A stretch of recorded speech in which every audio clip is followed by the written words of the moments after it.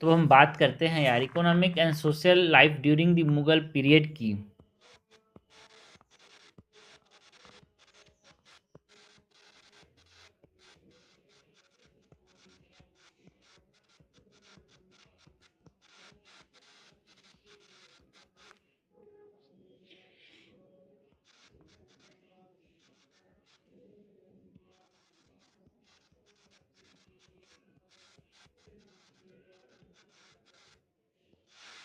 Economic and social life during the Mughal period.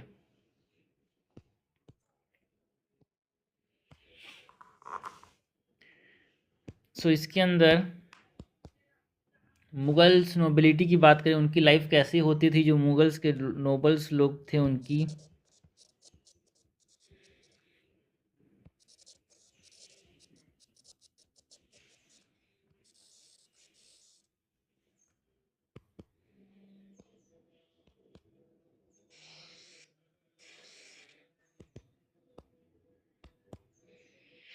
Mughals nobility की बात करें, सो जो नोबल का जो सैलरी होता था वो हाई सैलरी रिसीव करते थे यार। एंड एन एक्स्ट्रावेगेंट एक्सपेंसेस यहाँ पे इनका देखने को मिलता था। Nobles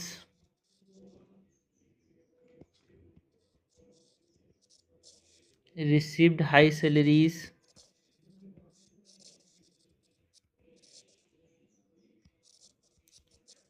but had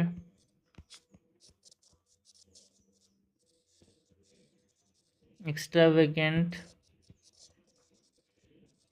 expenses and एक तरह से लेविश लाइफस्टाइल मेंटेन करते थे जो मुगल नोबल होते थे।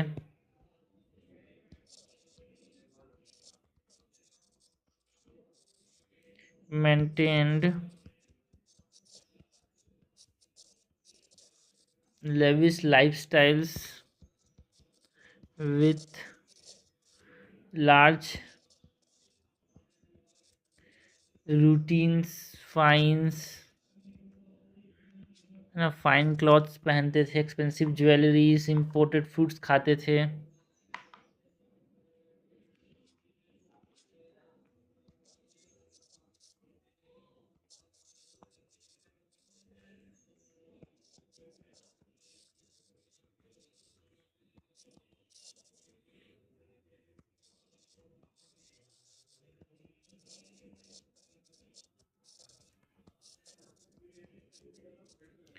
सो ये हमने बात की अबाउट मुगल नोबिलिटी की, है ना।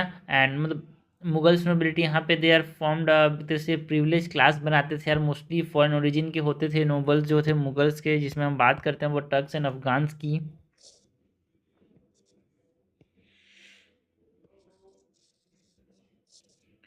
Nobles formed a privileged class mostly of foreign origin, जिसमें हम बात करते हैं वो टर्क्स अफगान्स की। एंड यहाँ पे जो अकबर है इसके अंदर इंक्लूडेड नोबल्स में राजपूत को भी इंक्लूड करता था यार अकबर। सो अकबर इंक्लूडेड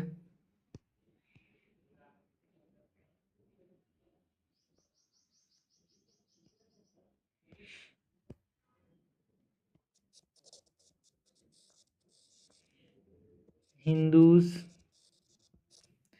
जिसमें हम बात करते हैं राजपूत लाइक राजा मान सिंह, राजा बीरबल, बीरबल जैसे वो राजपूत थे, राजा तोडरमल, ये नोबिलिटी के अंदर होते थे।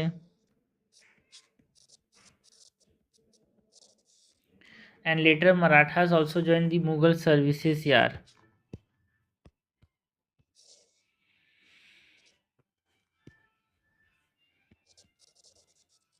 Letter Marathas also joined Mughal services। हमने बात की अबाउट दी लाइफ जो कि देखने को मिलता था economic and social life of the Mughal nobilities यार।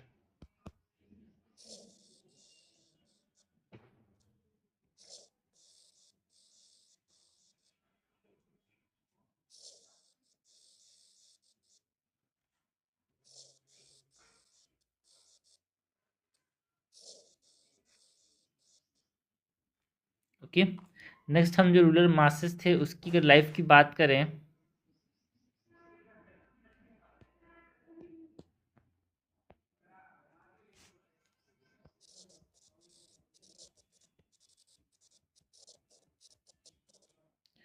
रूरल मासेस की लाइफ की बात करें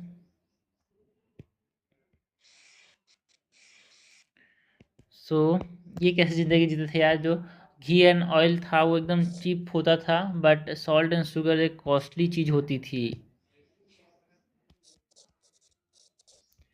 घी and oil where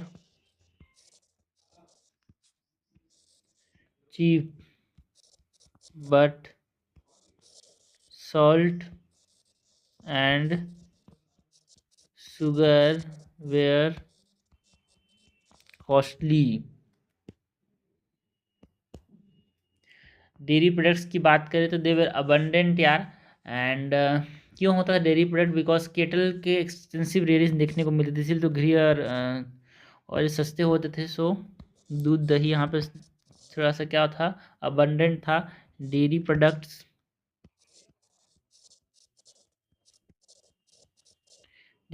where abundant due to extensive cattle rearing।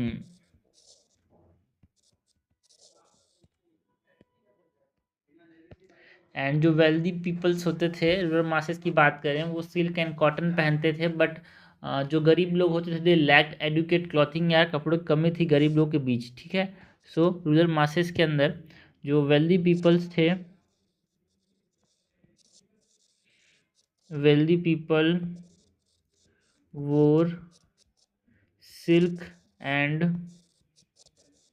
Cotton while the poor lacked adequate clothing।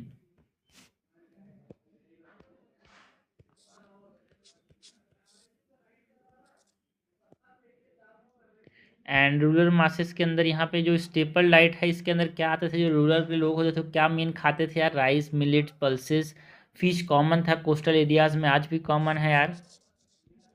So staple diet included rice, millets and pulses. And जो fish है was common in coastal areas. Rural masses के अंदर हमने देखा कि घी oil cheap था, बाकी जो सॉल्ट एंड शुगर वो महंगा था। Wealthy people silk and cotton पहनते थे, बट गरीब लोगों के पास कपड़ों की कमी थी। आज भी हमको ये देखने को मिलता है आज के सोसाइटी में, आज के ज़माने में। Staple food rice, millet, pulses थे, फिश कॉमन था कोस्टल एरियाज में। तो हमने बात की about the life of the rural masses in the Mughals. Next हम बात करते हैं अबाउट एग्रीकल्चर की।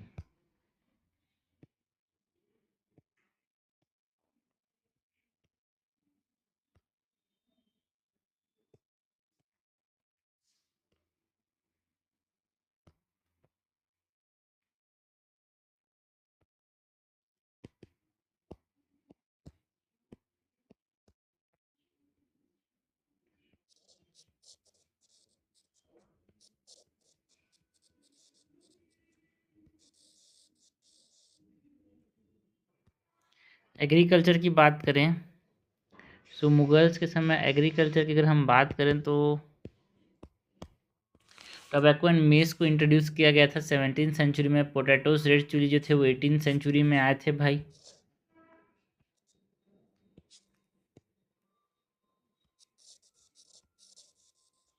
टोबैको एंड मेज जो कि ट्रॉपिकल क्रॉप है, दे वेर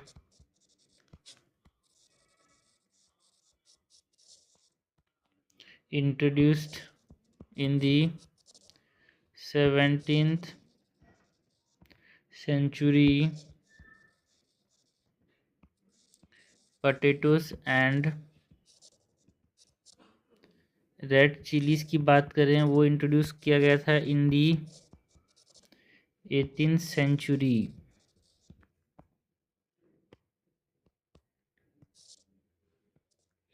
एंड एग्रीकल्चर के अंदर कोई सिग्निफिकेंट यहाँ पर एग्रीकल्चर टेक्निक्स को इंट्रोड्यूस नहीं किया गया था ड्यूरिंग द मुगल्स यार, नो।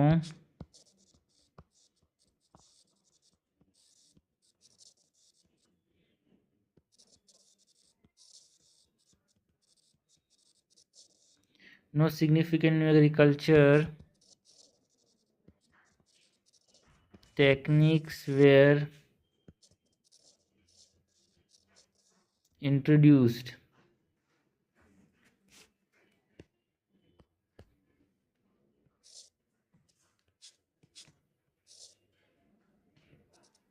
एंड एग्रीकल्चर के अंदर हम बात करते हैं जो मेन क्रॉप्स थे, मतलब मेन क्रॉप्स थे, इसमें हम बात करते हैं wheat, rice, gram, barley and pulses की। मेन क्रॉप्स की बात करें तो इसमें हम बात करते हैं about wheat, rice, gram,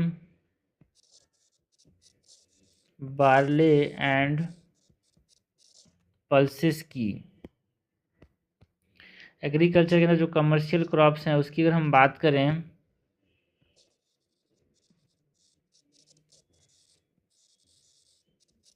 so commercial crops के अंदर एग्रीकल्चर में कॉटन आता है भाई, इंडिगो आता था ड्यूरिंग मुगल्स, यहाँ बोल सकते हैं sugarcane and oil seeds.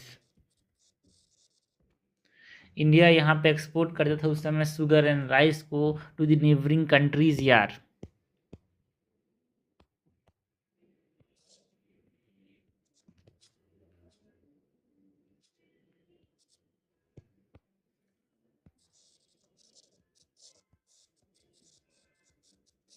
India exported rice and sugar to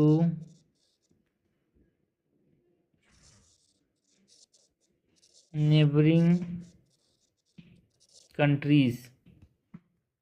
हमने बात की अबाउट दी एग्रीकल्चर यार।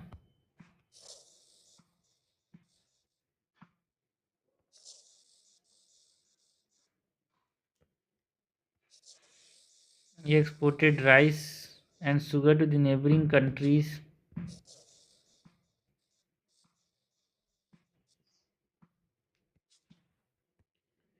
मेन क्रॉप्स में हमने वीट, राइस, ग्राम, बार्ले की बात की यार। कमर्शियल क्रॉप्स कॉटन, इंडिगो की बात की यहाँ पे।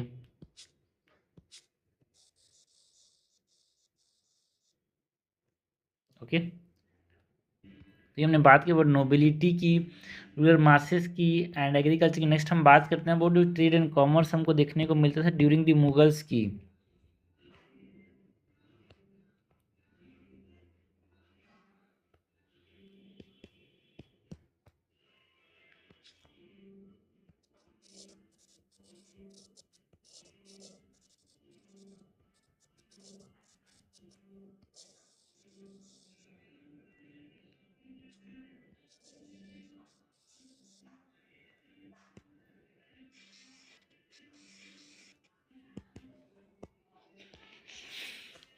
ट्रेड एंड कॉमर्स की अगर हम बात करें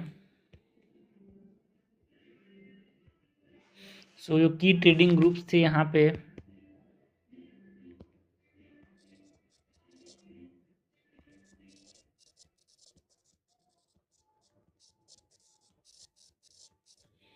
की ट्रेडिंग ग्रुप्स की बात करें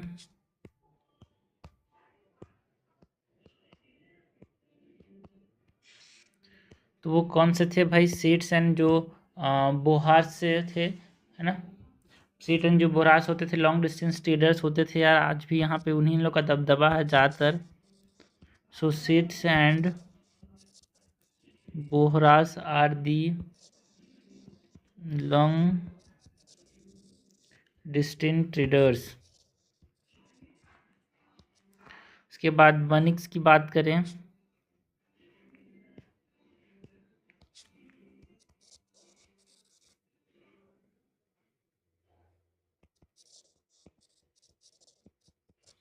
उसके बाद हम बात करें अबाउट बनिक्स की। So Baniks are the local traders यार।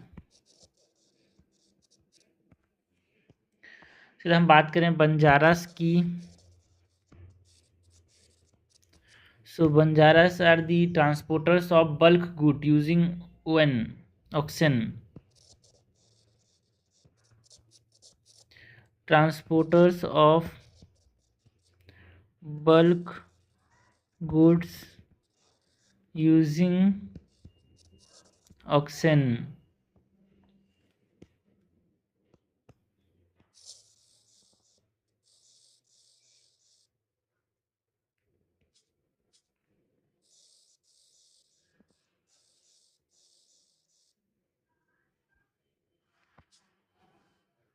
तो ये हमने बात की अबाउट की ट्रेडिंग ग्रुप्स की। अगर हम बात करें यहाँ पर रीजनल ट्रेडर्स की, तो रीजनल ट्रेडर्स में हम किसकी बात करते हैं?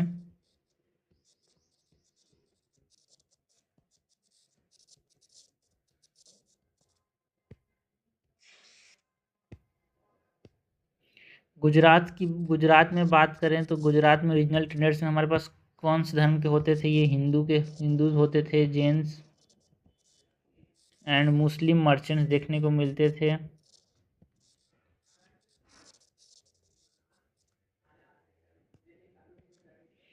राजस्थान की बात करें, सो राजस्थान के अंदर यहाँ पे उज्ज्वल्स, महेश्वरीस, अग्रवाल्स, जिनको हम मारवाड़ीज बोलते हैं,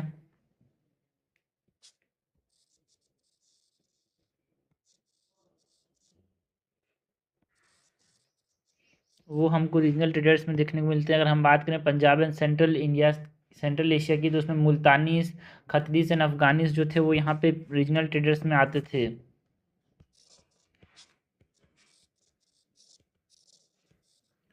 Punjab and central Asia, Multanis, Khatris, Afghanis. South India की बात करें, सो साउथ इंडिया में यहाँ पे चेट्टीज जो थे वो, जिसमें हम कोरोमंडल कोस्ट की बात करें तो कोरोमंडल कोस्ट में जो ट्रेडर्स थे वो चेट्टीज ज़्यादातर होते थे। एंड मुस्लिम मर्चेंट्स देखने को मिलते थे इन मालाबार कोस्ट।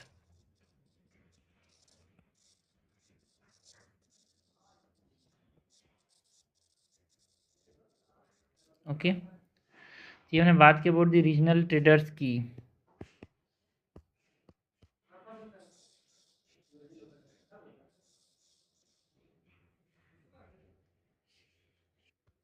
हमने बात की ट्रेडर ग्रुप और की trading group and personal traders की। नेक्स्ट हम बात करते हैं अबाउट दी की एक्सपोर्ट्स की।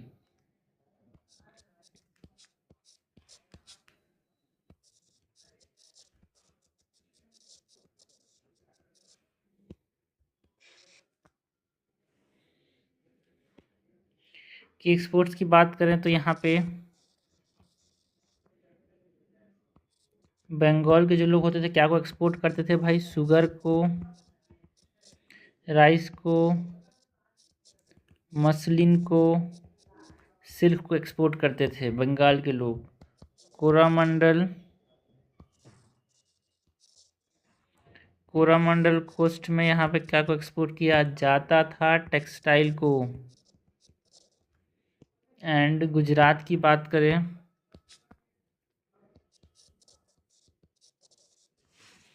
सो गुजरात के अंदर fine textiles, silk, Indigo, food grains, Kashmiri shawls, carpets, fine textiles, silk, Indigo, food grains,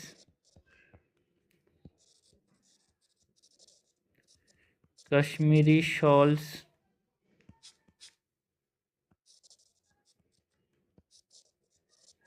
carpets को एक्सपोर्ट किया जाता था मेन एक्सपोर्ट्स में यहाँ पे।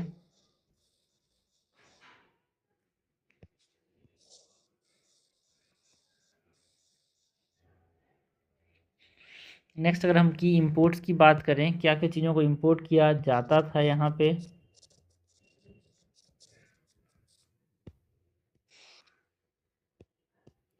So metals like tin, copper, horses, है ना, लग्जरी आइटम्स एक आइवरी की बात करें वो सबको इंपोर्ट किया जाता था। आइवरी मतलब जो दांत है यहाँ पे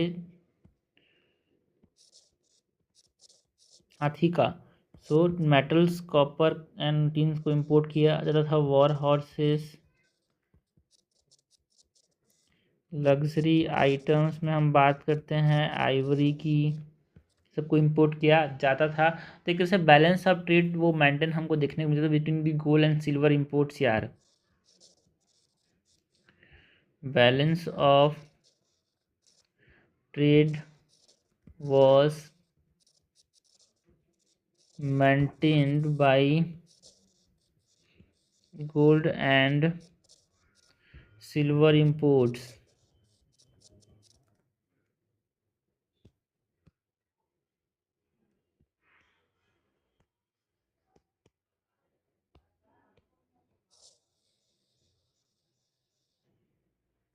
तो ये हमने बात की अबाउट व्हाट ट्रेड कॉमर्स की।